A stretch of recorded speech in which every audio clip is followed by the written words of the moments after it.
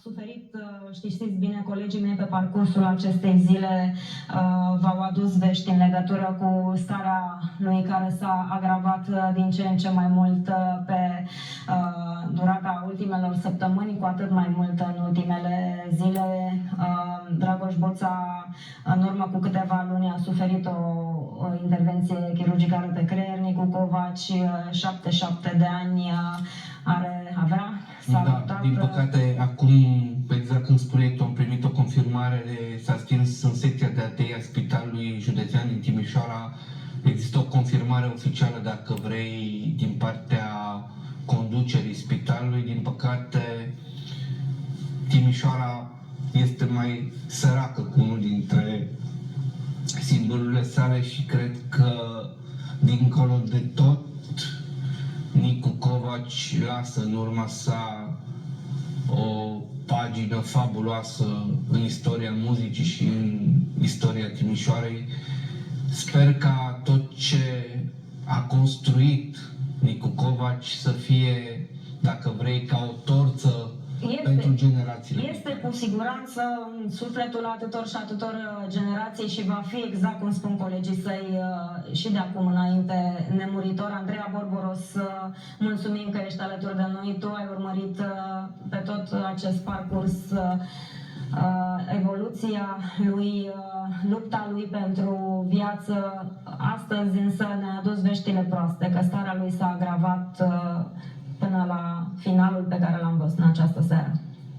Bună seara tuturor, atât cât poate fi bună în asemenea condiția asta, pentru că în urmă cu foarte puține momente liderul trupei Phoenix, Nicu Covaci, a decedat pe patul de spital de pe secția de anestezie și terapie intensivă a Spitalului Județean din Timișoara, acolo unde era internat de aproape o lună. Nicu Covaci a dus o luptă cruntă cu viața asta, pentru că în prima parte a acestui an, mai exact pe 22 martie, liderul trupei Phoenix a fost supus unei intervenții chirurgicale extrem de complicate la nivelul capului. O echipă de specialiști neurochirurgi au intervenit de urgență, astfel încât după operație care a durat aproape 7 ore, cadrele medicale au reușit să-i extirpeze tumora pe care o avea la creier. În urma acestei operații, Nicu Covaci ar fi trebuit să fie supus unui tratament post-operator, asta pentru că vorbim de cancer, de o boală extrem de agresivă, însă, din nefericire, organismul său nu a putut suporta aceste ședințe de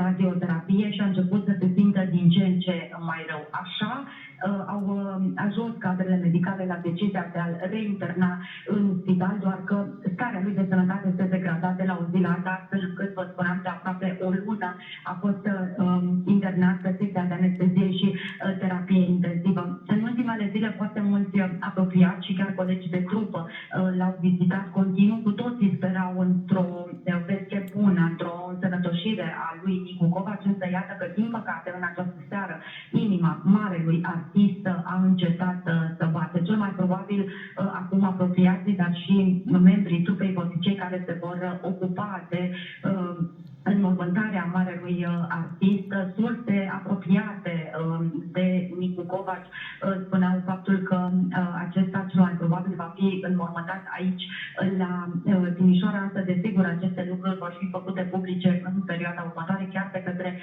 membrii trupei. Trebuie însă spus de asemenea faptul că vestea tragică care iată a venit în această seară, vestea morții lui Nicu Covaci, a îndoliat o țară întreagă. Chiar și managerul Spitalului Județean din Timișoara, Dorel Sândesc, profesorul Dorel Sândesc, și-a exprimat deja durerea și condoleanțele în fața morții lui Nicu Covaci. Același lucru se întâmplă în mediul online, asta pentru că, iată, în urmă cu foarte puține momente și cei care se ocupă de pagina de socializare a artistului au postat un mesaj absolut înduioșător, și anume acela că Nicu Covaci va rămâne nemuritor și cu siguranță așa este pentru toți cei care i-au ascultat și i-au iubit muzica. Trebuie să spunem, Andreea, că un lucru știm cu siguranță, că a avut parte de tot ce putea fi mai bun în sensul de eficient în materie de terapie intensivă.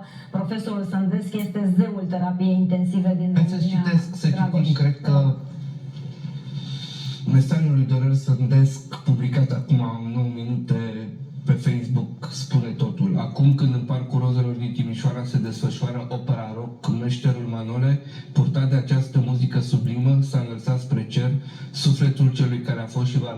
Nicu Covaci. Dumnezeu să-l ierte și să-l odihnească.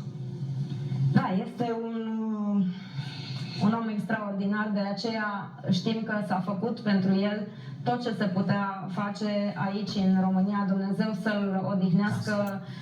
Luptă grea pe care v-a descris-o Andreea Borboroș în amănunt, doamnelor și domnilor, rămâne însă în sufletul nostru, așa cum îl știți, așa cum a influențat atâtea și atâtea destine.